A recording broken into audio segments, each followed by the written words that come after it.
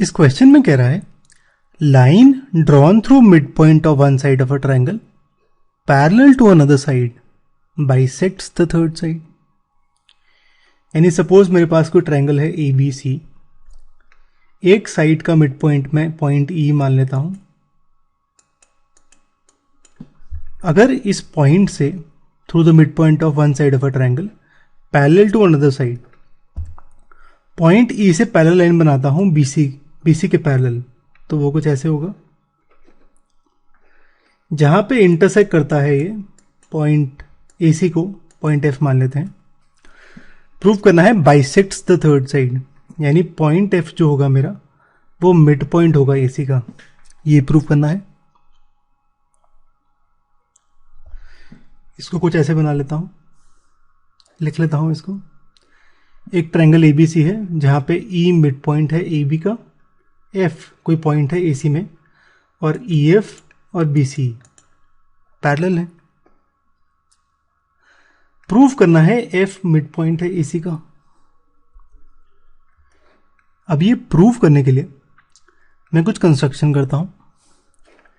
मैं पॉइंट सी से, अब ये लाइन ए बी है, इस लाइन ए बी के पैरेलल लाइन एक ये होगी, एक ये होगी, सॉरी एक ये होगी, एक ये होगी, एंड सो ऑन। ऐसे ही एक लाइन में पॉइंट सी से बनाता हूं इसके पैरेलल, ये कुछ ऐसे, जो कि ए बी के पैरेलल है, और ई एफ को एक्सटेंड कर देता हूं ताकि वो इसको मीट करे पॉइंट डी में। अब ये हमने इसलिए किया, अब मेरा ई बी और सी डी ये पैरेलल होगा बाय कंस्ट्रक्शन, बनाया ही हमने ऐसे। गिवन है हमें ई एफ और बी सी पैरेलल है, तो यानी ई डी और बी सी पैरेलल होगा, यानी ये बी सी डी ई ये जो बड़ा वाला है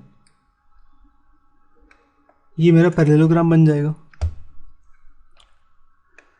ये पैरेललोग्राम बन गया। मुझे प्रूव करना है कि ए एफ और एफ सी इक्वल है। ये प्रूव करने के लिए मैं ये वाला ट्रायंगल ए ई एफ और ये वाला सी एफ डी इन दोनों को कॉन्ग्रुएंट प्रूव करूंगा, और कॉन्ग्रुएंट प्रूव करने के लिए हम इस पैरेललोग्राम की हेल्प लेंगे। आइए देखते हैं। इस quadrilateral A B C D में ई डी और बी सी पैरेलल है, क्योंकि ई एफ और बी सी पैरेलल गिवन है हमें। ई बी और सी डी ये पैरेलल है बाय कंस्ट्रक्शन, यानी both pair of opposite sides parallel है। तो मैं कह सकता हूं ई बी सी डी एक पैरेललोग्राम है। चलो ये पैरेललोग्राम तो बन गया, पर अब इन दोनों को कॉन्ग्रुएंट कैसे प्रूव करें ये देखते हैं। मुझे एक चीज तो पता है इन दोनों में कि ये वाला एंगल और ये वाला एंगल इक्वल होगा, वर्टिकली ऑपोजिट एंगल। अब पैरेललोग्राम प्रूव करने के लिए अब सपोज अब मुझे दो चीजें और जाननी है। अब या तो मैं एंगल और साइड इक्वल कर सकता हूं, या दो साइड, या ऐसा कुछ। यहां पे अब इस ई बी सी डी में मैं यूज करता हूं opposite sides of parallelogram equal होती हैं, तो ई बी और सी डी इक्वल होगा।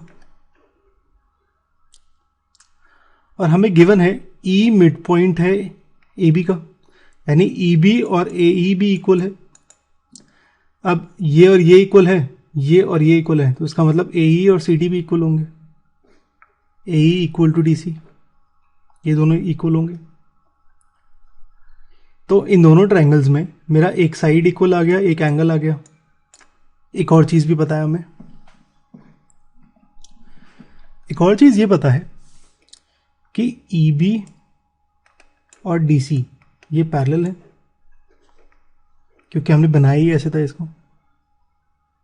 अगर मैं ये ट्रांसवर्सल बना दूं तो मेरा ये एंगल और ये एंगल ये दोनों होंगे ऑल्टरनेट एंगल्स।